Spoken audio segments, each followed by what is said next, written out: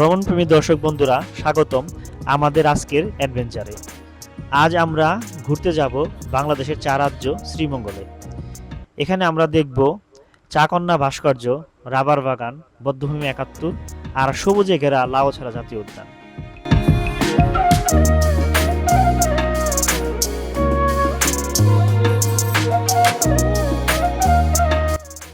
শ্রীমঙ্গল চায়ের রাজধানী হিসেবে বেশি পরিচিত। প্রকৃতি এখানে যেন নিজ হাতে সাজিয়েছে প্রতিটি কোণ। ঢাকা থেকে সড়ক পথে, ট্রেনে এবং নিজস্ব পরিবহনে সহজেই পৌঁছানো যায় শ্রীমঙ্গলে। আমরা যাত্রা শুরু করি ভোরবেলা মোটরসাইকেল যুগে, দেখতে দেখতে পৌঁছে যায় সবুজের শহরে।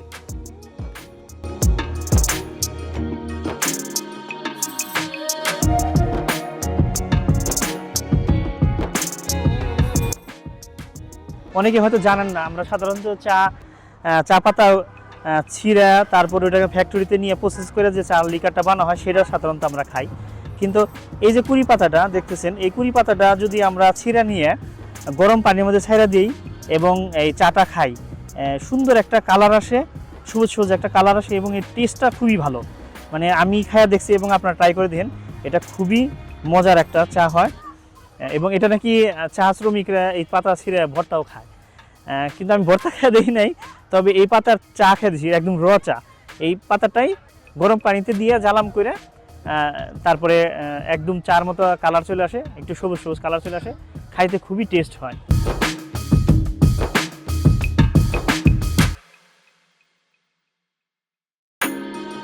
এরপর রাস্তার দুই পাশে চা বাগানের সৌন্দর্য দেখতে দেখতে পৌঁছে যায় রাবার বাগানে।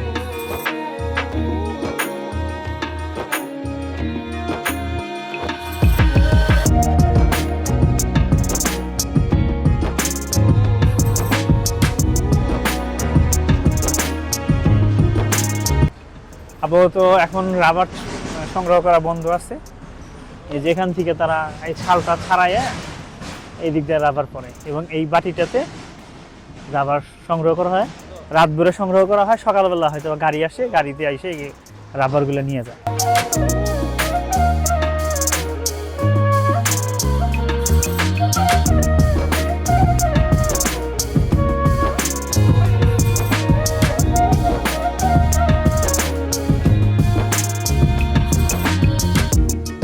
রাবার বাগানের সৌন্দর্য উপভোগ করে রওনা দেই চাকন্যা ভাস্কর্যের উদ্দেশ্যে।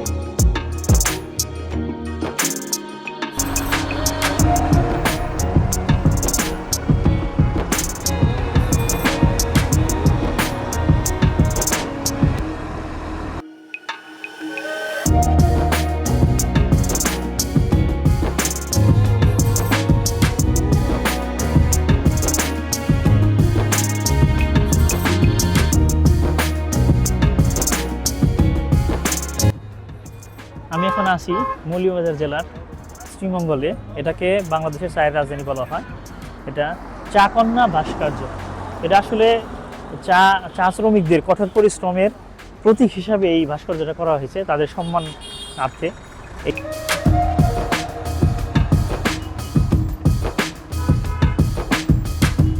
আমরা এখন চাকন্যা ভাস্কর্য থেকে দেখা শেষ করে আমরা যাচ্ছি শ্রীমঙ্গলের দিকে।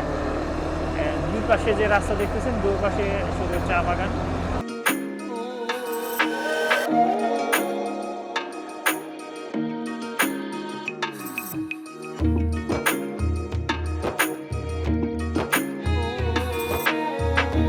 বন্ধুরা, এখন আসি আমরা শ্রীমঙ্গল শহরের বিখ্যাত একটা রেস্টুরেন্ট।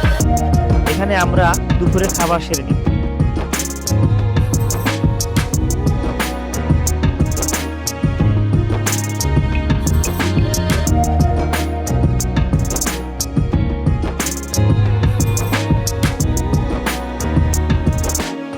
এখন আমরা আসি বধ্যভূমি ৭১-এ। এটি একটি গুরুত্বপূর্ণ মুক্তিযুদ্ধ ভিত্তিক স্থান। এখানে নির্মাণ করা হয়েছে ৭১-এর শহীদের স্মরণে একটি বিশাল ভাস্কর্য। বধ্যভূমির নিঃশব্দতা আর প্রতিটি ভাস্কর্যের দৃষ্টিতে যেন লুকিয়ে আছে বেদনার ইতিহাস।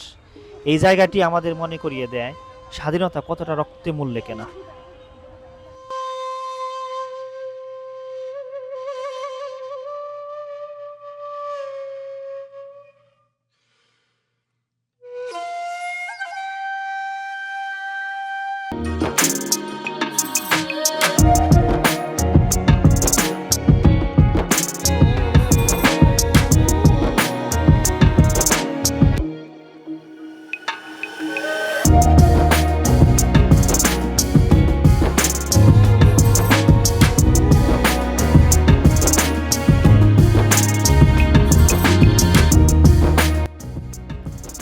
সবশেষে আমরা ঘুরতে গেলাম লাউয়াছড়া জাতীয় উদ্যানে।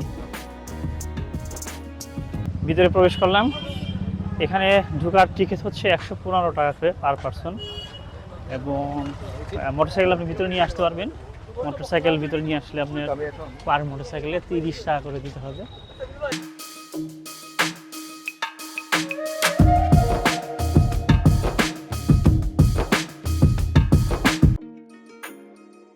সামনে দেখেন, এটা কি জাতের বাঁশ জানি না, বিশাল। এর মাথা এই পাশ থেকে যায় ওই পাশে, এত বিশাল বড় বড় বাঁশ। আমি এখন লাউয়াছড়া জাতীয় উদ্যানের একদম গহীন একটা রাস্তাতে যাচ্ছি। আপনি দেখেন, গহীন বন। এখানে সাধারণত বেশি মানুষজন চলাচল করে না। এই কিছু কিছু লোক আছে যারা অ্যাডভেঞ্চার প্রেমিক, তারা এইসব জায়গা দিয়ে চলাচল করে। গহীন জঙ্গল। এটি একটি প্রাকৃতিক রেইন ফরেস্ট। এখানে আছে দুর্লভ উল্লুক বানর, নানা প্রজাতির পাখি, গাছপালা আর অদ্ভুত সব জীববৈচিত্র্য। উঁচু উঁচু গাছের ছায়ায় হাঁটতে হাঁটতে মনে হচ্ছিল আমরা বুঝি অন্য কোনো জগতে প্রবেশ করেছি। পর্যটকদের জন্য টেল গাইড এবং রেস্ট হাউস আছে। প্রকৃতিপ্রেমীদের জন্য এটি এক স্বপ্নের জায়গা। শ্রীমঙ্গলের সৌন্দর্য, চাকন্যা ভাস্কর্য, বৌদ্ধভূমি 71 এবং সবুজে মোড়ানো লাউয়াছড়া জাতীয় উদ্যান সব মিলিয়ে ছিল এক অসাধারণ অভিজ্ঞতা। আপনারাও সময় করে ঘুরে আসবেন এই জায়গাগুলোতে। ভালো লাগলে ভিডিওটি লাইক দিন, কমেন্ট করুন আর সাবস্ক্রাইব করতে ভুলবেন না।